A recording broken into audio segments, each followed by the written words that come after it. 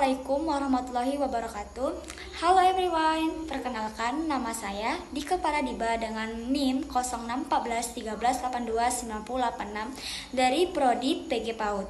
Di sini mata kuliah konsep dasar dengan dosen pengampu Ibu Dara Zulaiha MPD dan Bapak Akbari MPD. Di sini saya akan membuat video edukatif yang membahas tentang sejarah PAUD dari tingkat nasional dan internasional.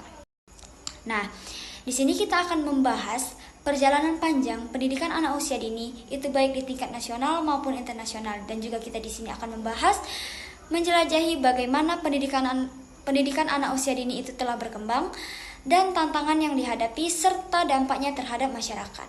Baiklah, slide yang pertama yaitu pengertian pendidikan anak usia dini.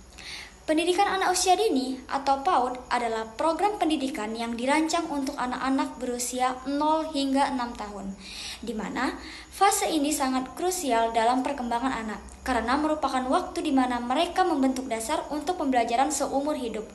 Pendidikan anak usia dini juga mencakup berbagai aspek, yang pertama itu akademis, sosial, emosional, dan fisik, yang dimana keempat ini saling berkaitan dan mendukung pertumbuhan holistik anak. Nah, slide selanjutnya yaitu adalah tujuan PAUD. Tujuan utama dari pendidikan anak usia dini ialah untuk mempersiapkan anak memasuki pendidikan dasar dengan baik melalui pengalaman belajar yang menyenangkan.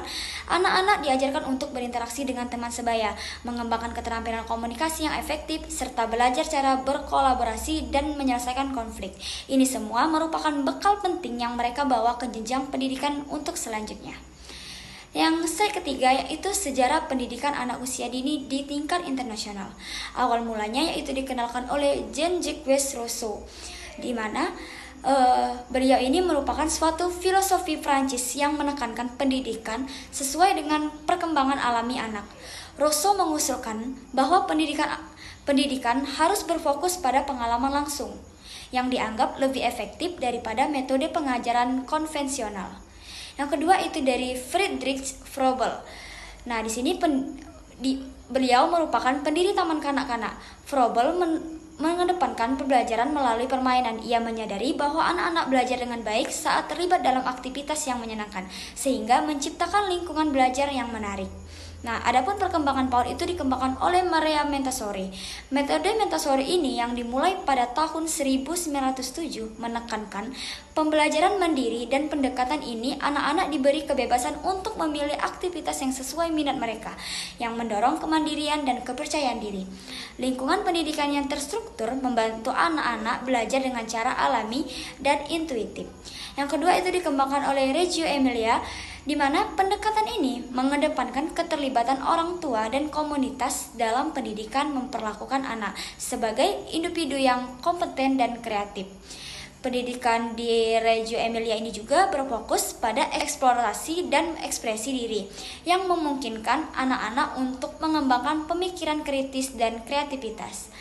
Yang keempat yaitu slide selanjutnya pendidikan anak usia dini di Amerika Serikat, yaitu Head Start Program yang dimulai dari 1965. Program ini bertujuan membantu anak-anak dari keluarga yang berpenghasilan rendah untuk mempersiapkan diri menghadapi sekolah. Head Start di sini juga menawarkan pendidikan berkualitas serta layanan tambahan seperti nutrisi dan kesehatan anak.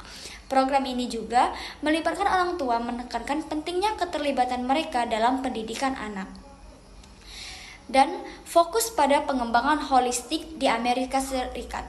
Terdapat pemahaman bahwa pendidikan anak usia dini itu harus menyentuh berbagai aspek kehidupan, yaitu aspek kehidupan. Pendekatan holistik ini mencakup pengembangan sosial, emosional, dan fisik, yang memberi anak-anak fondasi yang kuat untuk menghadapi tantangan di masa depan, baik di sekolah maupun dalam interaksi sosial. Nah, itulah penjabaran dari sekilas dari sejarah PAUD di internasional. Yaitu yang selanjutnya itu sejarah PAUD di Indonesia. Adapun di Indonesia ini yaitu pada masa kolonial. Selama masa penjajahan, pendidikan anak usia dini tidak terstruktur dan lebih bersifat informal. Pendidikan biasanya dilakukan dalam lingkungan keluarga ataupun komunitas. Nah, dengan pendekatan yang sangat tradisional dan terbatas. Yang kedua itu adalah era kemerdekaan. Setelah kemerdekaan, Perhatian terhadap pendidikan anak usia dini mulai meningkat pada tahun 1960-an. Nah, pemerintah di sini mendirikan berbagai lembaga PAUD seperti taman kanak-kanak dan kelompok bermain untuk memastikan akses pendidikan yang lebih baik bagi anak-anak di seluruh Indonesia. Nah, selanjutnya itu ada selanjutnya yang dimana di sini membahas tentang Undang-Undang Pendidikan Anak Usia Dini. Undang-Undang Nomor 20 Tahun 2003, di mana undang-undang ini menegaskan bahwa pendidikan anak usia dini adalah bagian integral dari sistem pendidikan nasional.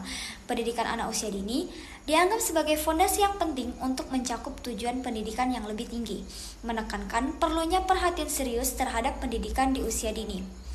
Dan slide yang selanjutnya itu kebijakan pendidikan anak usia dini di Indonesia. Adapun strategi nasional pendidikan anak usia dini yaitu pemerintah Indonesia telah merumuskan strategi untuk meningkatkan akses dan kualitas pendidikan anak usia dini. Ini mencakup pelatihan untuk pendidik, pengembangan sarana dan prasarana, serta kurikulum yang sesuai dengan kebutuhan anak-anak agar mereka mendapatkan pendidikan yang berkualitas.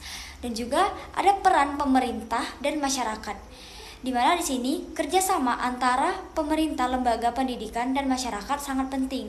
Pemerintah di sini mendorong partisipasi masyarakat dalam mendirikan dan mengelola lembaga pendidikan anak usia dini dan memastikan bahwa semua anak memiliki akses yang sama terhadap pendidikan yang berkualitas. Baiklah, yang terakhir itu adalah kesimpulan. Saya akan memberikan kesimpulan dari penjabaran saya tadi mengenai sejarah PAUD di nasional dan internasional. PAUD memiliki peran yang sangat penting dalam membentuk karakter dan kecerdasan anak, di mana pendidikan yang baik di usia dini dapat memberikan dampak positif yang signifikan pada perkembangan anak, baik dalam kemampuan akademis maupun keterampilan sosial.